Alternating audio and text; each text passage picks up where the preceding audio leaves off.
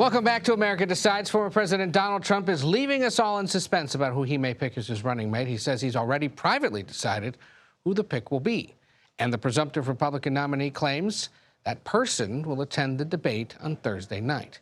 Stephanie Lai and Robert Costa join us now. Stephanie's a national politics reporter for Bloomberg News. Robert, of course, CBS's chief election and campaign correspondent. Good to see both of you. Bob, let's start with you. What is the latest on the Veep stakes and where exactly his head may be in picking a running mate? Ed, great to be with you. Based on my conversations with sources close to former President Trump, North Dakota Governor Doug Burgum is in a strong position to be Trump's running mate, along with Ohio Senator J.D. Vance. Of course, Trump could make a different decision in the coming days. We all remember covering Trump's decision in 2016. It veered from Mike Pence to Chris Christie to Newt Gingrich, then back to Mike Pence. Other names at the final few days of that decision were bandied about. Trump is hearing a lot of names even tonight, I'm told, by people who have spoken with him. At the same time, Burgum and Vance keep coming up again and again. Trump has a comfort level with both of them, and it's really a generational difference there. Burgum, 67 years old. J.D. Vance, under 40 years old. It's about what kind of ticket he wants to present to the country and also who he has a real rapport with. Burgum is someone who comes from the business world, was a software executive in North Dakota for years, sold his company to Microsoft 2 decades ago. Trump might want a business person alongside of him, I'm told. He, the governor, spoke with Fox about the ongoing VP search. Let's take a listen to what he had to say. This is his decision alone.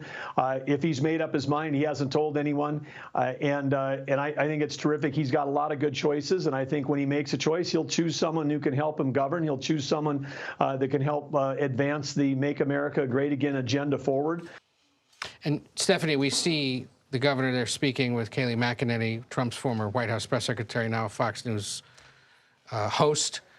There's also now set to be a new bake-off starting tomorrow morning on that same channel when some of these contenders and their spouses are going to sit for interviews with that morning show that they air through Monday. How important is that kind of an exchange to Trump as he makes his decision in the closing hours? I can imagine that would be incredibly important, right? To see the interactions and the relationships that the potential vice president and his spouse has could play a very significant role.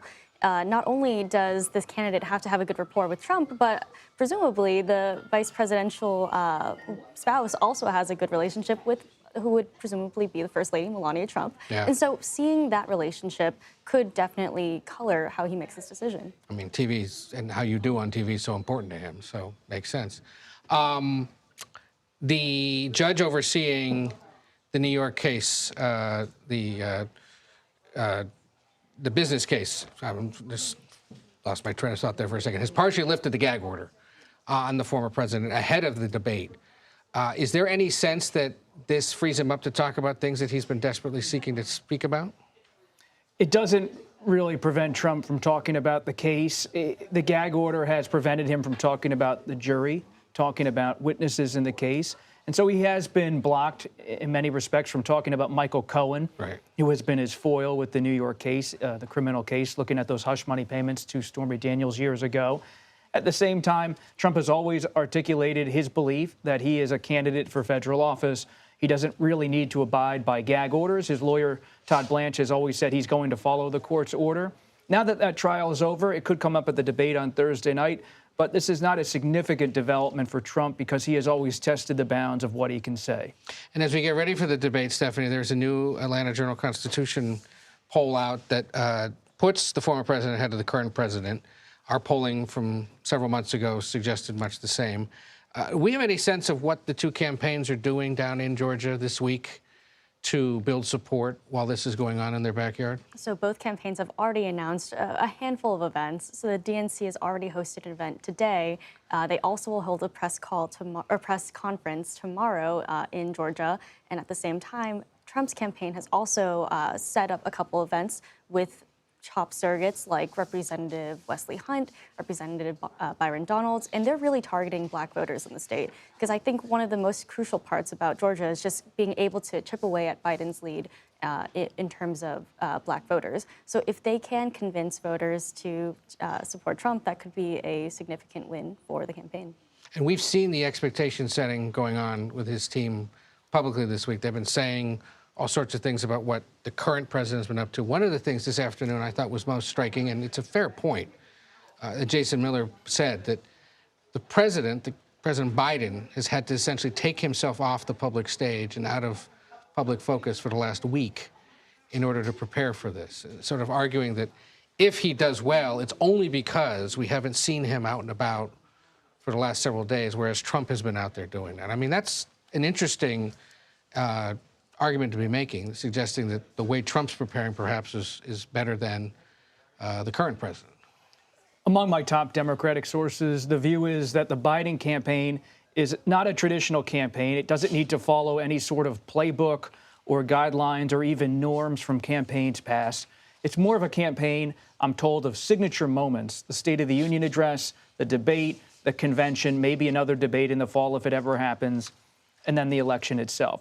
That it's not a rose garden strategy as Jimmy Carter and others used to talk about when they were running as incumbents, but it's about picking his spots where he knows the audience is going to be extremely high and making sure he meets the mark, comes across as a strong contender, at least in the eyes of his allies. And all the other things, hitting different swing states.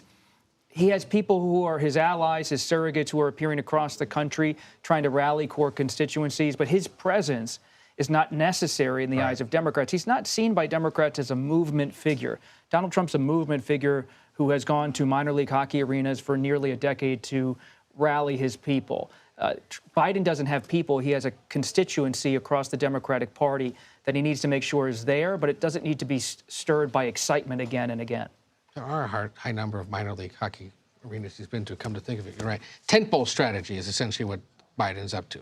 If you do well on State of the Union, if you do well on debate night, if you do well on the second debate night, if you win on election night. Because there's a belief among Democrats that most voters are not paying attention to the so-called campaign. They're paying attention to the presidency at key moments. Yeah. Robert Costa, Stephanie Lai, thank you for being here as we look ahead to Thursday and the big debate. Thank you both for joining us.